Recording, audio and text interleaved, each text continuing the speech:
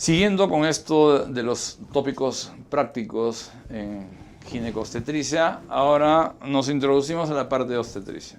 Vamos a ver primero lo que es referente a la atención del parto.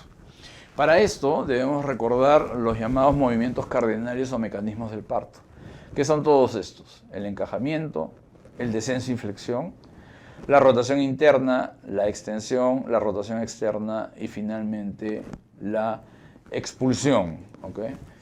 Entonces, encajamiento y descenso. De acuerdo a la paridad, en las primericias a veces ocurre antes del trabajo de parto, en las multíparas no.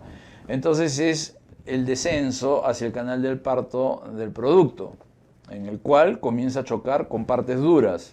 Ese, digamos, como obstáculo hace que la cabeza finalmente se flexione y que la barbilla se coloque en relación a la horquilla external. Todo esto para ofrecer menores diámetros a los diferentes estrechos. Entonces, el producto pasa el primer estrecho, pero después de la cabeza vienen los hombros. Para que ocurra eso también, debe haber una rotación interna, porque recuerden, los menores diámetros en el estrecho superior son anteroposteriores, pero en los dos inferiores y el medio y el inferior son los transversos.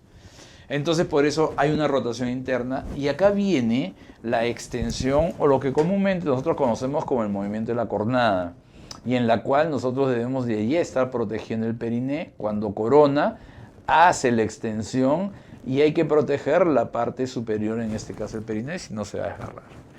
Una vez que sale la cabeza, se debe hacer la rotación externa con la finalidad que de la cintura biacromial se coloquen menores diámetros, para finalmente ya llevarse a la expulsión, tomando suavemente la cabeza del producto entre las palmas de las manos, y se tracciona suavemente, porque en realidad la tercera estación en cuanto a dificultad de la expulsión total del producto, que es el diámetro bitrocanterio, generalmente no te trae ningún problema.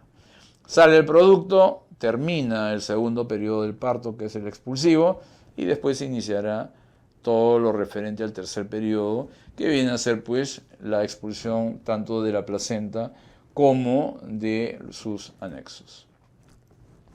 Pero para que todo esto ocurra, lo primero que sucedió es el primer periodo, ¿okay?, del parto, en el cual es largo muchas veces, y que va de la mano con el borramiento y la dilatación del cuello. Es decir, el cuello comienza a cortarse y a separarse hasta llegar a una dilatación completa, que son los 10 centímetros. Es decir, podemos ir viendo, valorando, eso lo vamos a hacer también cuando hagamos partograma, cómo se va aperturando, la cabeza ayuda por su dureza y por su descenso, y completa la dilatación hasta un diámetro que permita la expulsión de la cabeza y después del parto. Y viene el periodo expulsivo. Una vez determinada la dilatación, cuando llega a 10, entramos al segundo periodo del parto, que es el periodo expulsivo, en el cual el producto comienza a presentar esos movimientos que para algunos podrían ser caprichosos, pero en realidad lo que está haciendo es colocar sus diámetros menores con los diámetros, o alinearlos con los diámetros menores de la pelvis materna, para que finalmente ocurra la terminación de este segundo periodo del expulsivo, en el cual, como su nombre lo dice, se expulsa el producto y se inicia el tercer periodo, que viene a ser el alumbramiento. Entonces veamos cómo son la parte final, acá, en cuanto al expulsivo, de la salida de la cabeza, cómo vamos a proteger, y si se nos presentan algunos problemas, cómo deberíamos de resolverlo. Vamos a ver primero aquí en maqueta. Uno puede ir ayudando haciendo movimientos suaves acá en la vagina, pero no muy bruscos, porque este movimiento a veces puede matizarte en la vagina, dificultar la expulsión y es más, producirte desgarros. La cabeza corona cuando aparece un casquete de unos 4 centímetros, y muy bien, con algo con cierta fortaleza, en este caso una compresa, comienza a proteger el periné para que no se desgarre, arriba y abajo. Expulsa la cabeza, sale la cabeza, entonces ahí ocurrió, en la tensión del expulsivo, la expulsión de la cabeza nada más. Ya se llevaron a cabo todas las rotaciones, todos los mecanismos para la cabeza, pero después deben de venir los mecanismos para la cintura biacromial y la vitrocanteria. Entonces, para culminar los movimientos, se debe hacer la rotación externa. Y la rotación externa puede ser activa o pasiva. La mayor parte de las veces es activa, es decir, por quién está atendiendo el parto. Puede darse de manera pasiva, es decir, el mismo producto sale y rota como del libro. ¿Y por qué tiene que rotar? Es decir, normalmente la cara del producto nace mirando al suelo. Y entonces, de acuerdo como nosotros hemos conducido ese parto y sabemos la posición, debemos de orientar la cintura biacromial, a, digamos, la orientación que tiene la columna. Por esa razón se hace girar suavemente la cabeza hacia el muslo correspondiente de la madre. Es decir, en este caso se hace girar hacia el muslo izquierdo porque seguramente la posición era derecha y se expulsa el primer hombro. ¿Okay? Siempre se debe expulsar el primer hombro, sale el primer hombro y después se levanta para la salida de los hombros con el hombro posterior. El hombro que puede traer problemas en la atención del parto es el anterior. Puede haber una distosia de hombros de acuerdo pues a la valoración del volumen, del tamaño del producto y de la pelvis. Y después ya sale todo el cuerpo del producto. ¿Okay? Puede haber la eventualidad de que lo sabíamos o de repente en el expulsivo que aparece que en el cuello del producto viene arrollado el cordón. Entonces, si es que les viene este caso, y poco a poco lo van a ir aprendiendo ustedes conforme vayan atendiendo partos, lo ideal es rechazar el circular. Es decir, esta asa que viene en el cuello, pasarla a través de la cabecita para que no haya dificultad en la expulsión, porque si está muy ajustado, no vas a poder expulsar. En ese caso, ya al inicio no es eso para el interno, sino siempre hay un asistente, un residente. Generalmente se pinza el cordón a nivel del cuello, se suelta y ya no hay dificultad para la extracción. Entonces esa es la manera. Jalo el cordón, lo paso a través de la cabeza, lo suelto y acá ya no me debería traer consecuencias. Hago la rotación externa, expulso los dos hombros. Muy bien. Pero todo lo que estamos viendo ya implica que para evitar desgarros a nivel del perineo, en este caso de la mujer, debemos hacer ciertas maniobras.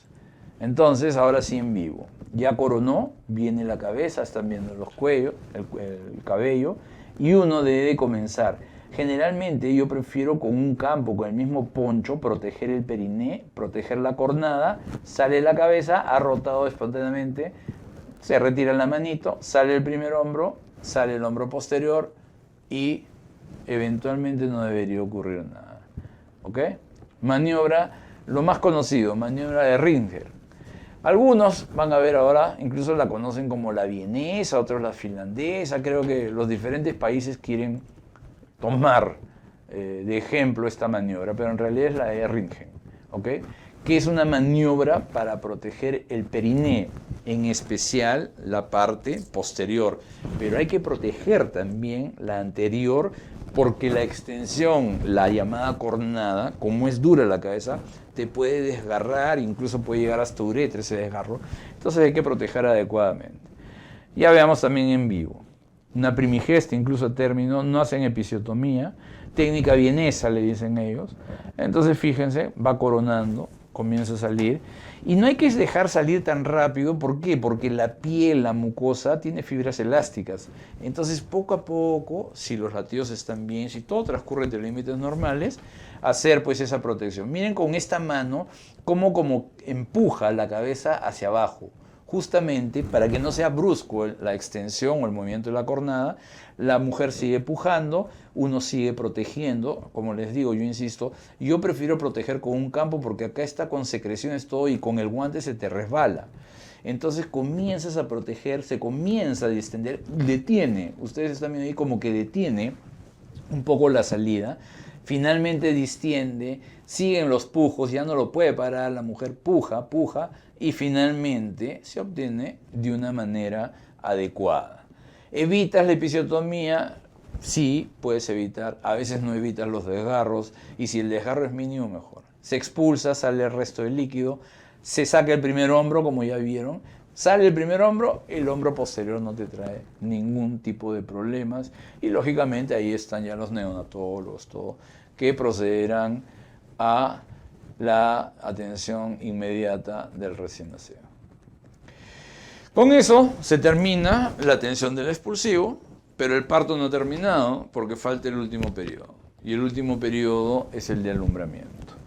Y el periodo de alumbramiento es la expulsión de la placenta y la expulsión final de las membranas. ¿Okay? La placenta se puede expulsar de dos formas. La más común es usando el mecanismo de Schultz, es decir, esto es natural. Naturalmente se expulsa con el mecanismo de Schultz.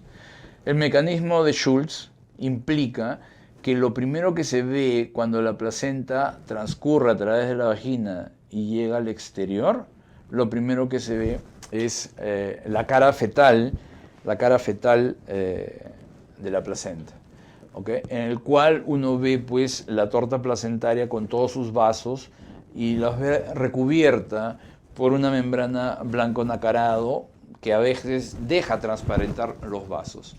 ¿Okay? La segunda manera, porque solo son dos, es el mecanismo a lo Duncan. En este caso, ¿okay? La placenta se va a expulsar, pero ofreciendo la cara carnosa de ella, es decir, ofreciendo los cotiledones. La diferenciación también clínica, que hoy en día no se da mucho porque generalmente ya usamos el alumbramiento dirigido, es que el tipo Schultz, luego de que ocurrió la expulsión del producto, clampamos el cordón, no pasa nada, pero si dejamos pasar, llega un momento en el tiempo en que comienza a haber un sangrado. ¿Qué ha ocurrido? Que si bien la placenta se está desprendiendo, el borde placentario está fijo todavía. Llega un momento en que por la presión del coágulo que se forma detrás de la placenta, rompe ese borde y comienza a fluir sangre. A diferencia de la Duncan, se expulsa el producto, obtenemos el producto, compramos el cordón, se lo lleva, siempre hay un sangrado persistente, porque desde inicio se rompe la periferia, la unión de la periferia de la placenta con el miometrio. Entonces es un sangrado continuo. Finalmente, el aspecto que presentan es este. A los Schultz, mediante la cara fetal, a los Duncan, mediante los cotiledones, es decir, un aspecto carnoso. Entonces, el alumbramiento, acá por ejemplo a los Schultz, ustedes saben, ¿no? Ocurrió rápidamente, salen todas las membranas, acá está pinzada del cordón y ustedes están viendo. La cara fetal, las membranas, la amniocoriónica, lógicamente, atrapando sangrado, coágulo, pero se ve que es un alumbramiento completo. Y existen también algunas maniobras que se deberían hacer, como la de Brandt Andrews, en la cual, ya una vez expulsado el producto, uno como que hace una presión suprapúbica, otros le dicen de Credé, con la finalidad de elevar el útero encefálica de la madre y terminar de desprender las membranas. Algunos hacen esto que se llama una tracción sostenida, pero muy suave, con la finalidad de que la placenta comienza a descender, pase el cuello, llega a la vagina, pase la vagina y finalmente es expulsada hacia el exterior. ¿Okay? Se hacen unos masajes, se hace la maniobra y ustedes están viendo ahí cómo comienza a salir por la cara fetal la placenta. Ahí está la cara fetal. Y acá comienza a hacer la maniobra de Dublín, el examinador. Para sacar las membranas completas comienza a darle vuelta. Nunca se debe de permitir que la placenta salga o sea expulsada por su propio peso. Finalmente tenemos la placenta y debemos hacer una buena revisión. Peso, medidas, diámetros, los diámetros, perdón, ¿okay? La inserción del cordón y revisamos las membranas. La transparente y en este caso externa, esta de acá, es el amnios, bonita, transparente. La gruesa, media opaca, etcétera, es el corion. Y finalmente desvestimos a la placenta, le sacamos todos los coágulos para ver que los cotiledones estén completos, porque a veces podría ser que un cotiledón o parte de cotiledones quedan atrapados y entonces eso va a traer como consecuencias sangrados, infecciones, etc. Por eso después del alumbramiento, cuando ya está terminando el parto, uno debe de revisar bien. Y acá se ven unos puntitos blancos, pueden estar en relación a calcificaciones. Finalmente, en todo esto de la atención del parto, que si bien no está en ese orden, lo ideal es describir esto. Vamos a hacer un procedimiento que se llama la episiotomía, ¿okay? Que tiene sus indicaciones, lógicamente, y cuya finalidad, sobre todo, cuyo objetivo, es facilitar o distender la parte de salida a nivel de partes blandas del producto. Quizás por X razones necesito que salga rápido, un sufrimiento fetal, que lo detectamos en el expulsivo, hay que sacar rápido, entonces hay que hacer una buena episiotomía, ampliamos y extraemos. Y lógicamente después reparamos. Todo esto va de la mano con el conocimiento de la musculatura que hay en el piso pélvico. Y básicamente alrededor de todo lo que es la vulva está este músculo que se llama el músculo bulbo cavernoso.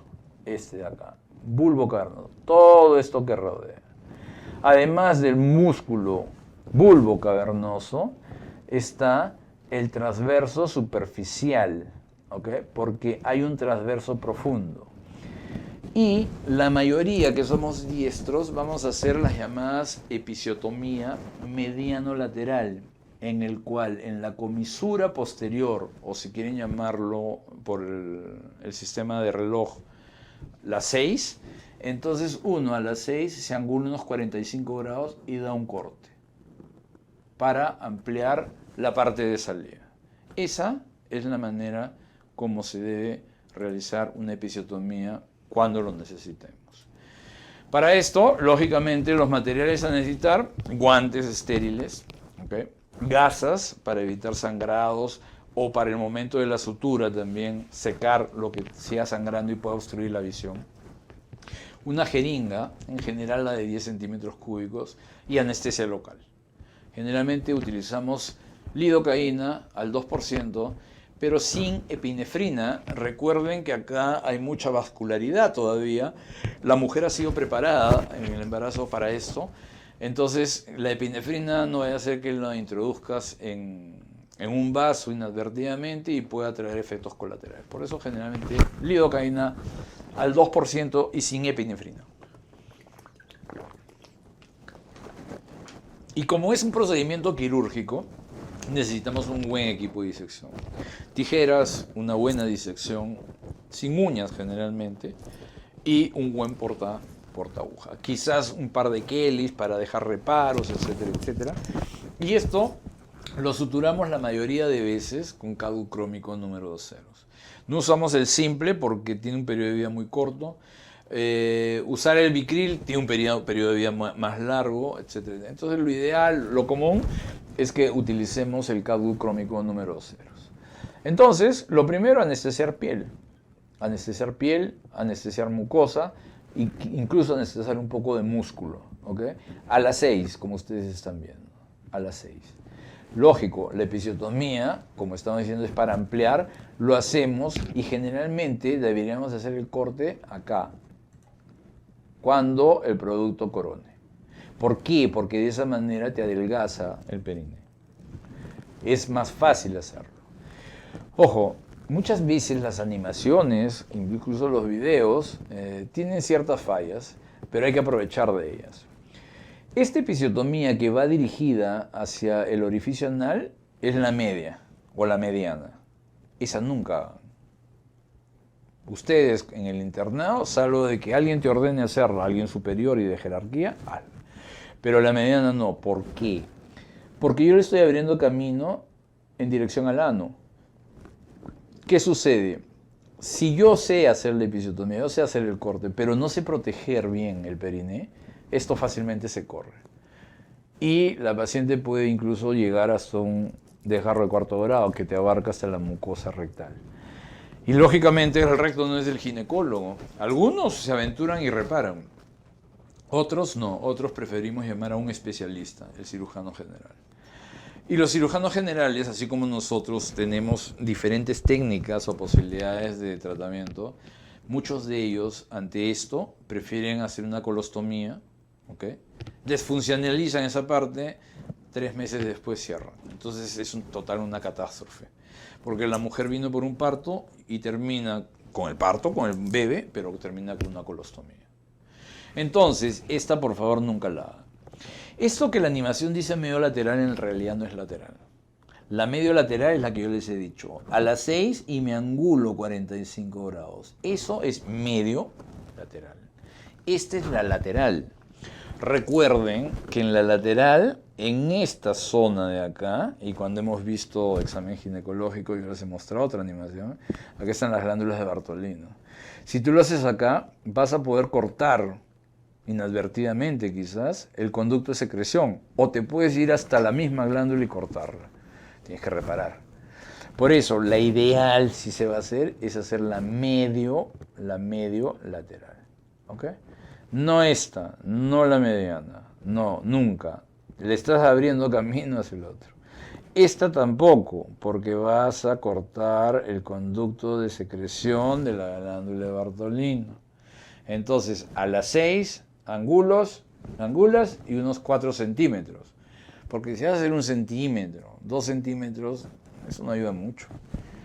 Y lógica, después hay que reparar lo que se hizo, lo que se programó, ¿ok? Entonces con sutura adecuada con CADU 2 ceros.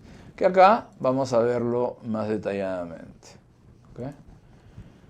Se anestesia, se protege con estos 2 dedos la cabeza, se protege la vagina, entonces uno muy bien aspira, lógico, es una maqueta, me van a decir, aspira, no hay sangre. Si te sale sangre, retrocedes y vuelves a aspirar y comienzas a infiltrar.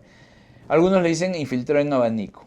Comisura en 45 grados de la primera y después a los costados y un poco hacia la mucosa vaginal. Recuerden que la mucosa vaginal sí tiene sensibilidad, sí duele, ¿ok? Entonces, lógicamente, ahí se hace el corte. Acá también está haciendo una lateral prácticamente, no una media lateral. Pero esta nos ayuda por esto, cómo se sutura, ¿ok? Entonces comienzas a suturar de adentro hacia afuera, del ángulo interno, con el crómico número 2 ceros, sin dejar espacio muerto. Ojo, tampoco tan profundo, porque podría ser un punto hacia el recto. Y desde ya les digo, cuando uno hace una episiotomía y después la repara, siempre debería de hacer un tacto rectal, con la finalidad de tocar si es que no se pasó un punto hacia allá, porque si no, la sutura va a guiar a los gérmenes en el recto y puede infectarse, puede ser peor la complicación. Algunos usan puntos separados, otros usamos sutura corrida. Generalmente uno lo puede hacer de acuerdo a la técnica que más domina. Yo lo hago cuando suturo la episiotomía con sutura corrida, con un CADU crómico, con un surgit cruzado siempre. ¿Por qué cruzado? Recuerden que hay mucha hipervascularización, mucho sangrado. Entonces, uno comienza a hacer primero el plano profundo y después va a llegar al plano de piel. Y debe ser siempre anatómico, es decir, a nivel de la horquilla, juntar ambas, a nivel de los labios también juntar el corte para que sea simétrico y que quede anatómico. Este pequeño procedimiento es bueno, ayuda, pero ojo, tengan cuidado porque también puede quedar con dolor la mujer posteriormente, con dificultad para tener relaciones sexuales, etcétera, etcétera. Entonces se hace ya en puntos de piel, lógicamente sin puntos separados, ya se supone que has suturado la mucosa, has suturado la musculatura, porque cortaste transverso superficial y el bulbo cavernoso, y finalmente te queda hacer los puntos de piel. Estos puntos no se retiran, por eso se usa CADU crómico, por facilidad. Hay que explicarle a la mujer que se le ha hecho eso, que los puntos van a caer solo, que no necesita acudir a nadie y lógicamente una indicación después del parto es 42 días no puede tener relaciones sexuales. Entonces, teóricamente, todo eso debería de dar efecto. Pero acuérdense que los que van a ir sobre todo a hospitales del ministerio Hay mucha frecuencia de desnutrición, de anemia, y eso puede influir en la cicatrización de las heridas.